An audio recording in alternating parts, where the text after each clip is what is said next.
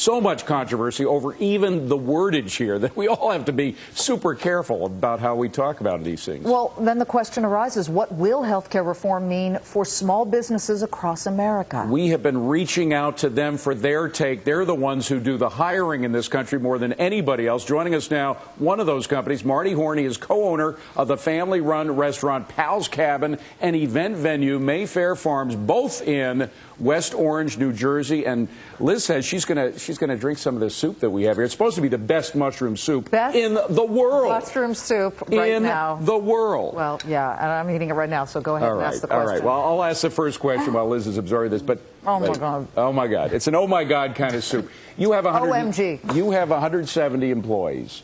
How will this, and now I've worked a lot of restaurants. I never had insurance, health insurance, when I worked as restaurants. I was in and out. You know, that's how a lot of the employees work there. But how will it affect your payroll? Well, you know, about half of our employees are part-time, half are full-time.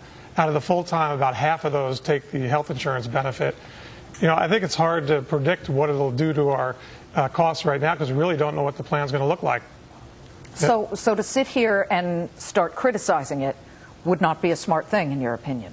Well, no, I think there's elements that I've read so far that indicate that costs will go up. I mean, for myself as an employer, we contribute 50% towards the health plan.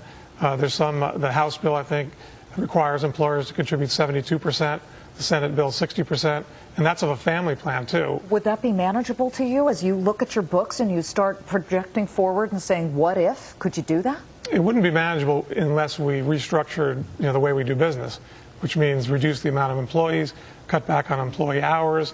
You know, our bottom lines are so tight right now, and the restaurant industry in general carries a 3 to 5% net profit margin. It's always been a very tight profit margin business. So, you know, to think that we can almost raise our healthcare costs by 50% or 100% and just absorb that, we just can't afford to do it. And it's not just the mandates that Congress is putting on you, it's the extra taxes. I assume you would be paying that surtax that has been proposed as a means of paying for this. Well, not the $1 million surtax for sure. You know, we're a family business. Myself and my three brothers run the business with my dad. Would it be at least within the $300,000 range? Not even not within that. So it's the tax wouldn't affect you at all. It's just the extra mandates. Well, it would affect us to some degree because, you know, we are S corporation. You know, we take the profits that we do make and we plow them back into our business. So on one hand, you know, my tax return always indicates a lot more money than I actually take home, because we do reinvest in our small business. I want to give people a little bit of history about Pal's Cabin. You guys started, before you of course, but grandfather's fathers, as a hot dog stand during the Great Depression. So you have it in your genetics to fight through very difficult times in this company. What have these times, this recessionary era, been like for you? How much are sales down? Do you see thinner crowds? Tell me about the customers and what you're hearing from them. Well, this recession, from our standpoint in the restaurant business, started about 2 years ago. It was really the summer of '07 where we started to see sales slow down. And it continued through '07, through '08. Every month was down in sales. Probably in the last 2 years, we're down about a total of about 12% in sales.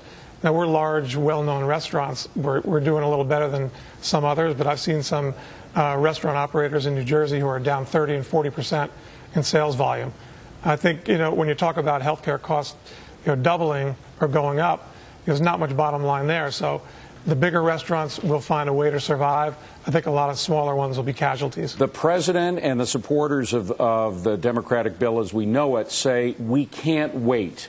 We have to do something right now. Do you get a sense that that urgency is necessary, or should we take more time to consider all these proposals more seriously? I think there definitely needs to be more time taken. I mean, this is a huge undertaking to overhaul the healthcare system, and rushing into it and not getting it right could have a devastating effect on small businesses, and I know a lot of restaurant operators are nervous about that. But as we wrap quickly, you know, do you feel, as you step outside your role as a small business owner, that something needs to be done for the uninsured in this country? Yeah, I think something needs to be done, and I look to a lot of my restaurant operator friends.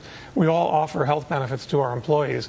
You know, everyone tries to, you know, change deductibles and shift copays to try to fit into their budget, but something needs to be done to bring down the cost. And if you propose a new health care law in the country and increase all small businesses' cost to provide health care, I don't think that's the right answer. Marty Horn, who makes the best mushroom soup in the world. Thank you, Marty. Great to see you. You're welcome. Appreciate it. This is it, the best mushroom soup I've ever had. Thank you so much. Best of luck to you. Well, what can President Obama say in tonight?